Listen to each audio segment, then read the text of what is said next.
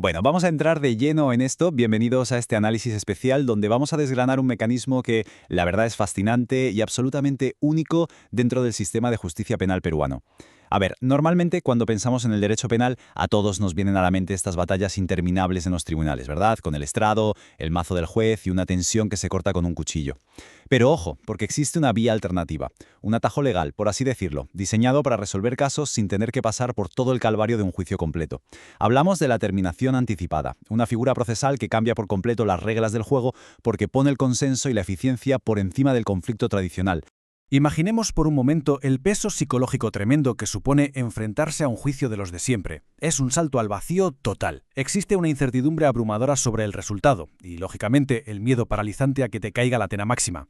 Frente a esa angustia, surge la gran pregunta que va a guiar nuestro recorrido de hoy. ¿Y si esa tremenda incertidumbre pudiera cambiarse por una certeza absoluta? En lugar del miedo a lo desconocido, imagínate poder saber de antemano y con exactitud milimétrica cuál va a ser la pena y la reparación civil. Todo a través de un acuerdo perfectamente estructurado. Suena bien, ¿no?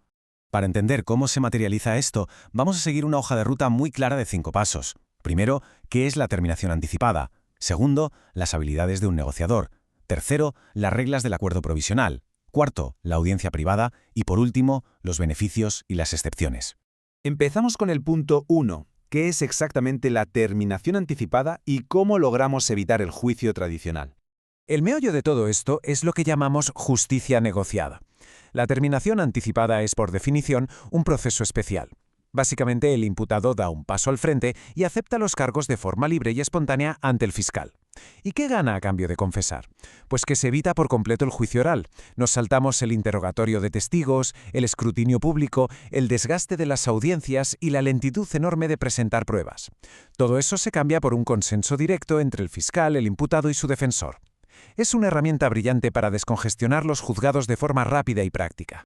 Y esto nos muestra el salto brutal que ha dado el derecho procesal. A ver, seamos sinceros. En el sistema tradicional o inquisitivo las negociaciones informales siempre existieron, pero ocurrían en la sombra, en los pasillos, sin un reconocimiento oficial. Era un secreto a voces. La maravilla del sistema acusatorio actual es que saca todas estas prácticas a la luz. Convierte ese entorno de negociación en algo totalmente transparente, formal y sobre todo regulado por la ley.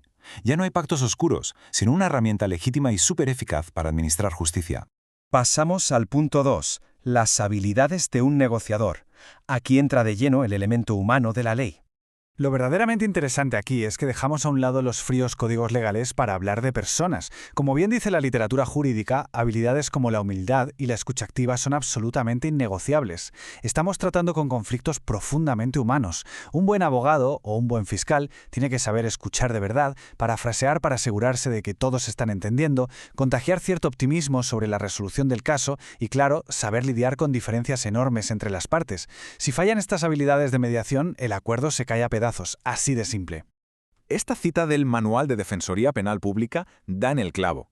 Es un reto mayúsculo, porque el profesional del derecho tiene que leer muy bien la situación. Ojo con esto que es importante. A veces, el agobio de estar en prisión preventiva o la pura desesperación por acabar con la incertidumbre hace que un imputado quiera firmar cualquier cosa, incluso si tiene posibilidades reales de salir absuelto en un juicio. Ahí es donde entra la pericia del defensor. Tiene que frenar en seco a su cliente para que no acepte un trato que le dejará antecedentes penales para toda la vida, si en realidad el caso de la Fiscalía se sostiene con pinzas. La estrategia y la cautela lo son todo. Vamos con el tercer punto, las reglas del acuerdo provisional, o lo que es lo mismo, las reglas del juego. El timing aquí es crucial. Según los artículos 468.1 al 468.3 del Código Procesal Penal, la ventana de oportunidad es muy concreta. Primero, la investigación preparatoria ya tiene que estar formalizada, nada de diligencias preliminares. Segundo, y esto es clave, la terminación anticipada solo se puede pedir una vez, y siempre antes de que el fiscal formule su acusación formal. En esta fase, la ley permite que las partes se tomen, digamos, un café, que el fiscal y la defensa tengan reuniones informales para tantear el terreno y buscar puntos en común. Si cuadra, presentan la solicitud conjunta al juez. Pero, un momento, ¿qué pasa con la víctima? El sistema no se olvida de la parte agraviada. Una vez que se presenta esa solicitud, entra en acción una red de seguridad importantísima, la notificación de 5 días. Se tiene que avisar a todas las partes, garantizando que la víctima no se quede de piedra al enterarse de que han cerrado su caso a sus espaldas. Le da el margen perfecto para constituirse como actor civil y pelear por su reparación económica. Nadie se queda fuera de la ecuación.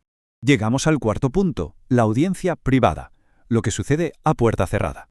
Vale, ¿quién entra realmente a esta sala? Pues la asistencia de 4 figuras es obligatoria: el juez, el fiscal, el imputado y su abogado defensor. Y el detalle estrella es que esta audiencia es 100% privada. El imputado, al renunciar a su juicio público, recibe a cambio protección frente al circo mediático y la publicidad negativa. Y muy importante, en este entorno cerrado las reglas cambian. Aquí no se admiten pruebas nuevas. Cero. Se trabaja única y exclusivamente con los cargos que ya están sobre la mesa. Además, el juez aquí no es una simple figura decorativa que se limita a firmar papeles, tiene un rol súper activo. Su primer deber es sentarse con el procesado y explicarle en cristiano las consecuencias de lo que va a afirmar. Luego tiene la misión de empujar a las partes para que de verdad lleguen a un acuerdo razonable. Fijaos si es flexible la cosa, que el juez puede incluso pausar la audiencia un rato ese mismo día para que el fiscal y la defensa terminen de cuadrar los números de la pena y la indemnización en el pasillo. Y aquí llegamos al punto álgido con este número clave, 48. Si al final hay humo blanco y el juez da el visto bueno a que la pena es justa, el cronómetro empieza a correr a una velocidad de vértigo. El juez tiene la obligación de dictar la sentencia anticipada en un plazo máximo de 48 horas. Es una auténtica locura de eficiencia. Estamos hablando de un mecanismo que inyecta una rapidez espectacular en un sistema judicial que por la vía normal podría tardar meses o incluso años en dar una respuesta. Y así entramos en nuestro quinto y último bloque, beneficios y excepciones, básicamente las recompensas y los límites de este sistema. Señoras y señores, aquí está el premio gordo, la verdadera motivación detrás de todo esto. Si un imputado logra cerrar una terminación anticipada, se lleva automáticamente, por ley, una reducción de una sexta parte de su condena. Es un beneficio garantizado. Y lo mejor de todo para la defensa es que este descuento es acumulable, es decir, se puede sumar a la rebaja que ya te dan por confesión sincera, siempre y cuando esa confesión se haya hecho antes y haya sido útil. Es un escenario súper ventajoso. Pero claro, la pregunta del millón. ¿Qué pasa si la cosa se tuerce y el trato fracasa? Aquí es donde el artículo 470 actúa como magia. Si el juez tumba el acuerdo o las partes no se entienden, todo lo que el acusado haya confesado dentro de esa sala privada se vuelve a efectos legales papel mojado. Se considera inexistente. Es borrón y cuenta nueva. El juicio común sigue su curso y esa confesión jamás podrá usarse en su contra. Esto es fundamental porque permite a los acusados negociar con total tranquilidad. Eso sí, que nadie se engañe. Esto no es barra libre. El Estado pone unos cortafuegos muy serios. Si hablamos de un delincuente reincidente o habitual, se le corta el grifo de acumular beneficios. Se queda solo con ese sexto de reducción y da gracias.